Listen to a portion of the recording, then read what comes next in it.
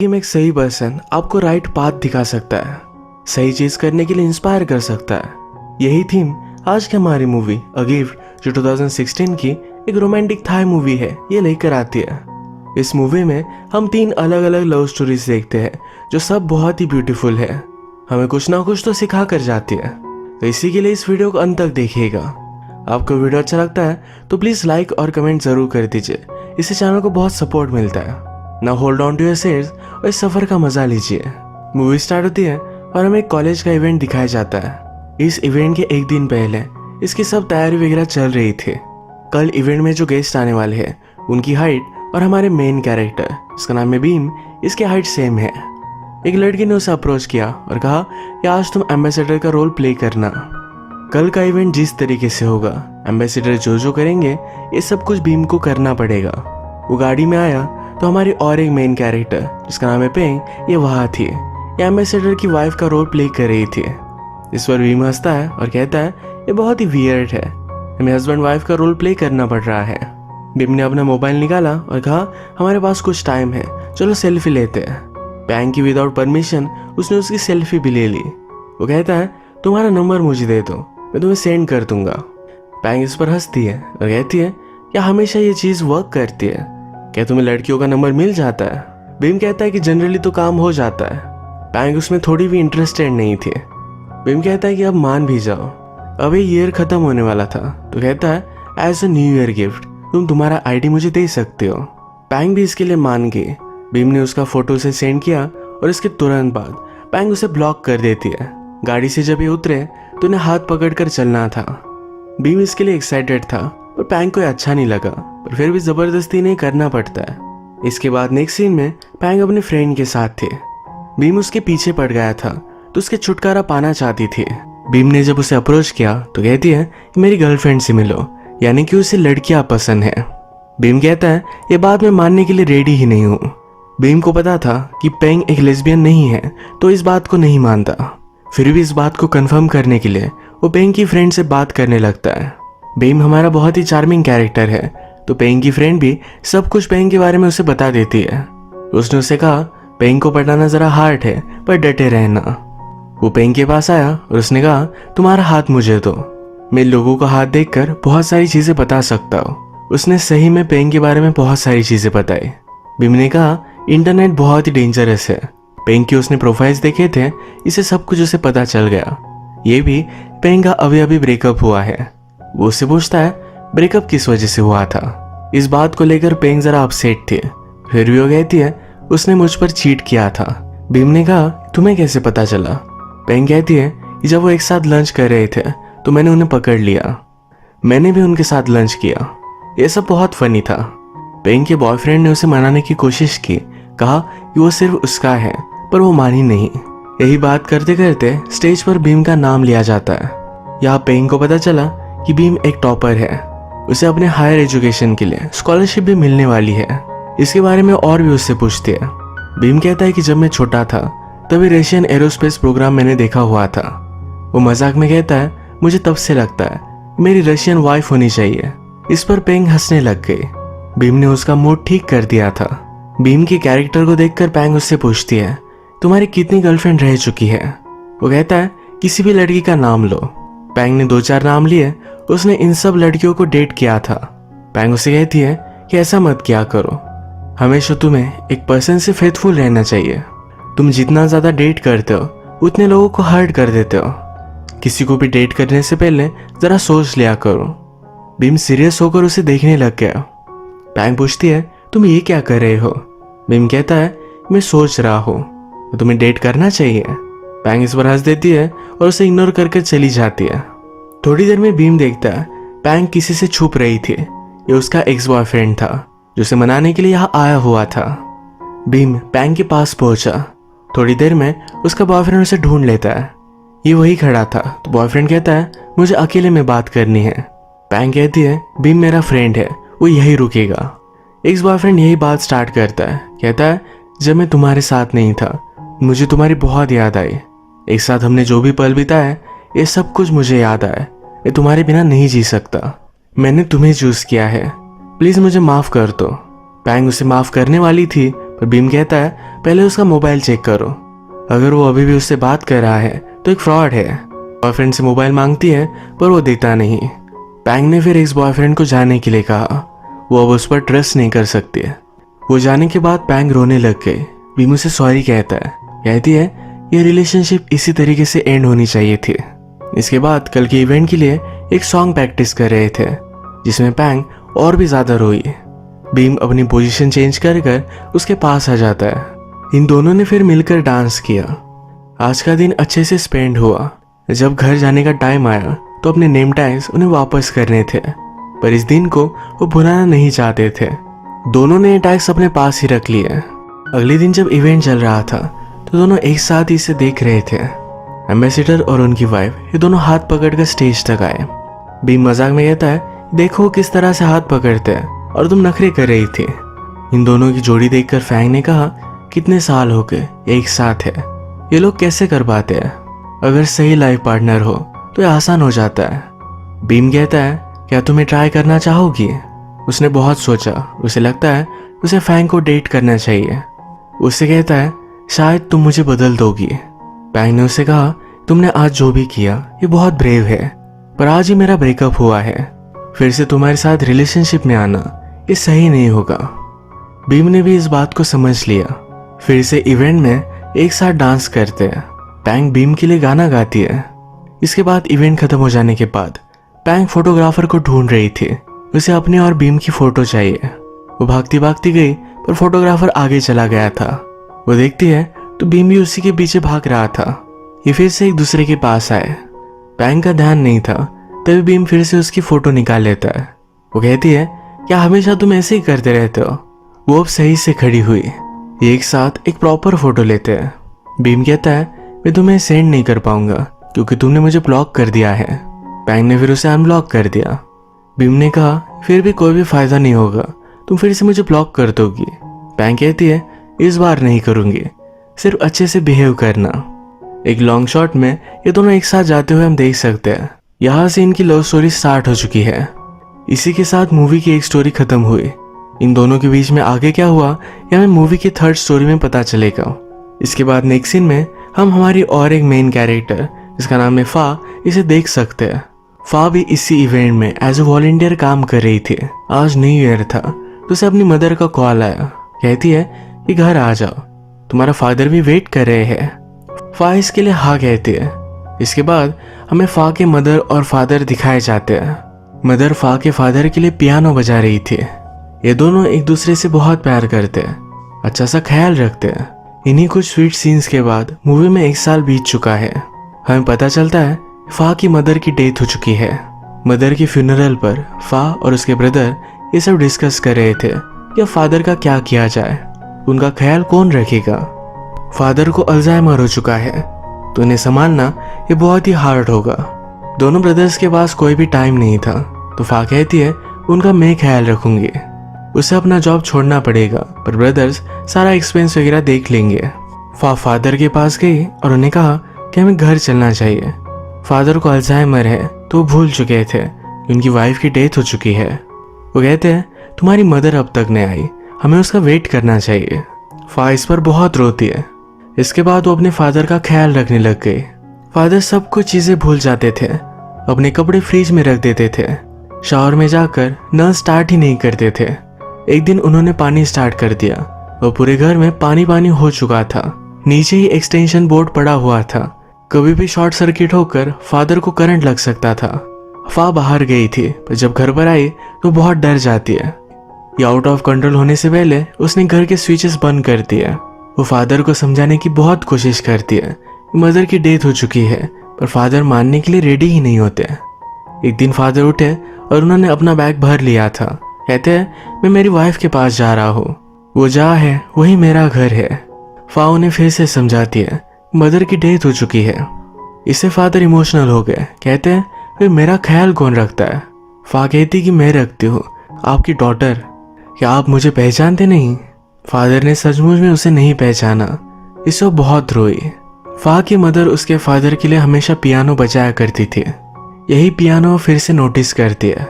ये जरा out of tune था तो इसने एक आदमी को कॉल किया। पियानो रिपेयर करने के लिए जो आता है वो हमारा और एक मेन कैरेक्टर है। इसका नाम है आय को फा का नाम ऑलरेडी पता था। आते वक्त उसने फादर के लिए उनकी फेवरेट डिश भी लाई हुई थी। आय पियानो ट्यून करते करते कहता है, तुम्हारी मदर बहुत ही काइंड थी, उन्होंने मुझे भी पियानो प्ले करना सिखाया था। वो अब तक इसमें मास्टर नहीं है पर भी थोड़ा फार बजा लेता है। आय को यह भी पता है कि फा को सही से पियानो बजाना नहीं आता। मदर और फादर के पास हमेशा आय आया करता था। फा की मदर जो ट्यून बजाती थी यही ट्यून फिर से आय ने बजाई। ये ट्यून सुनकर फादर उनके पास आ गए। फादर कहते हैं, मदर कहाँ है, उसकी ट्यून मुझे सुनाई दे रही है।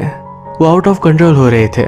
तो आय कहता है कि वो लेसन देने के लिए जरा बाहर गई हुई है, रात में वापस आ जाएगी।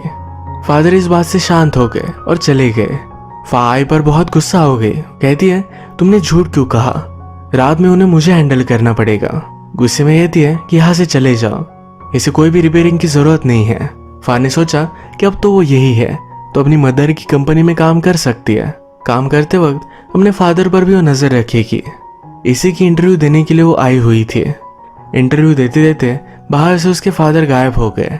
उसने हर जगह उन्हें ढूंढने की कोशिश की। ऑफिस के स्टेयरकेस पर कुछ लोग म्यूजिक की प्रैक्टिस कर रहे थे, वहीं पर उसके फादर एंजॉय कर रहे थे। रात में फा ने पियानो बजाया। उसके फादर उसके पास आकर बैठ गए। वो कहते हैं कि जब मैं यंग था तुम्हारी मदर ने कॉलेज में यही सॉन्ग प्ले किया था। उसे देखते ही उन्हें प्यार हो गया। वो फिर उसके पीछे ही पड़ गए, उसे हमेशा सीड्यूस करने की कोशिश करते थे। इसके बाद इनका कॉलेज खत्म हुआ, अलग अलग जगह पर काम करने लग गए। एक दिन फा की मदर ने फादर को कॉल किया, एक कैफे में बुलाया। इस कैफे में फिर से वही सॉन्ग प्ले किया। फादर को ये सब यंग यादें आ रही थी। फादर को अपनी ये सब यंग मेमोरीज याद आ रही थी। रात में फा इस पर सोचती है। उसे लगता है पियानो सुनने के बाद फादर की मेमोरीज वापस आती है। पियानो ठीक करने के लिए फिर से उसने आय को कॉल कर दिया। उसने आज रात अपनी मदर की चीजों में उसका मोबाइल देखा। इसमें मदर के फादर के बहुत सारे फोटोज थे। एक वीडियो मैसेज भी था जो फादर अपने बच्चों को दे रहे थे। इसके बारे में हमें आगे पता चलेगा। अगले दिन आय ने फाय से पूछा कि तुम पियानो क्यों रिपेयर कर रही हो। वो कहती है, मदर और फादर की एनिवर्सरी आ रही है, वहां मैं फादर के लिए प्ले करना चाहती हूँ, इसी वजह से उसे प्रैक्टिस करनी पड़ेगी। आय कहता है कि जब तुम प्रैक्टिस करोगे उतने वक्त तक मैं तुम्हारे फादर का ख्याल रख सकता हूँ। कल फादर से झूठ कहने के लिए उसने उसे सॉरी कहा। वो कहता है, कभी कभी झूठ बोलना ये सही हो सकता है, इससे तुम्हारे फादर को खुशी मिलेगी। फा भी इस बात के लिए मान गई। आय फादर का बहुत अच्छे से ख्याल रखता था। वो उन्हें पुरानी चीजें याद दिलाता रहता है। एक दिन वो फा के पास आया। ये दोनों मिलकर एक ब्यूटीफुल सा सॉन्ग प्ले करते हैं। इनका सॉन्ग सुनकर फादर भी आ गए। ये सब मिलकर एक पुराना एल्बम देखते हैं। फादर आज बहुत ही खुश थे पर वो अचानक से उठ गए।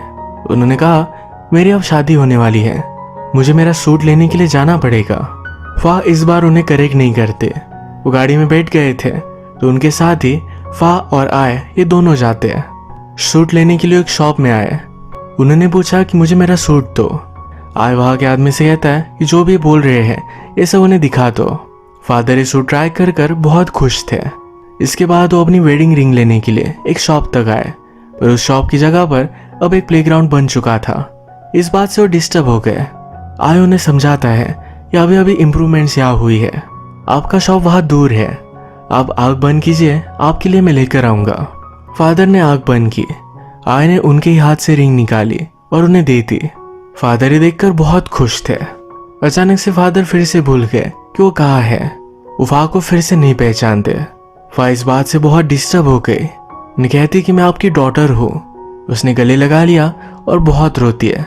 रात में जब फादर सो गए तो फा और आय दोनों बात करते हैं। वो कहती है कि हमने इतना सब कुछ किया, इससे कोई भी फर्क नहीं पड़ा। फा उसे समझाता है, जो भी सब तुम कर रही हो अपने फादर के लिए कर रही हो। वो आज खुश थे, यही इम्पोर्टेंट है। इसके बाद फादर की एनिवर्सरी का डे आया। फा सही से पियानो बजाने लग गई थी।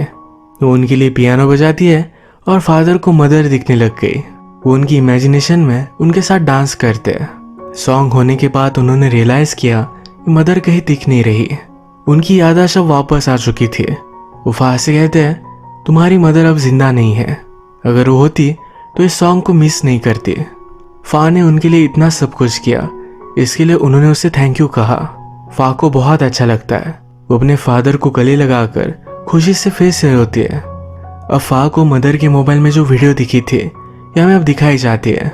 इसमें फादर ने कहा है कि अभी अभी मुझे पता चला कि मुझे अल्जाइमर है। मैं शायद आप सबको भूल जाऊंगा, पर याद रखना कि मैं आप सबसे बहुत प्यार करता हूँ। ये मैसेज उनके बेटे और फा के लिए था। ये स्टोरी यही खत्म होती है। ये स्टोरी फा और आई की स्टोरी की शुरुआत थी।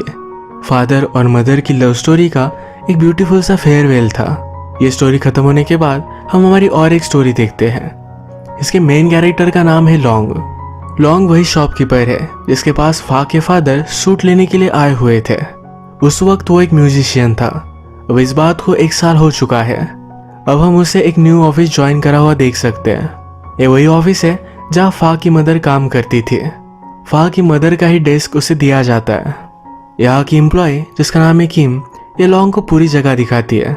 थोड़ी देर में लॉन्ग को नीचे से बुलाया गया। वो प्रीवियसली बैंड में था तो उसके फ्रेंड्स वहाँ आए हुए हैं। उसने बैंड क्विट कर दिया तो बहुत ज़्यादा गुस्सा थे। लॉन्ग के सारे म्यूजिकल इंस्ट्रूमेंट उसके ऑफिस के सामने वो रख देते हैं। उसकी एक फ्रेंड कहती है तुम एक कावर्ड हो, तुमने अपने ड्रीम्स को छोड़ दिया।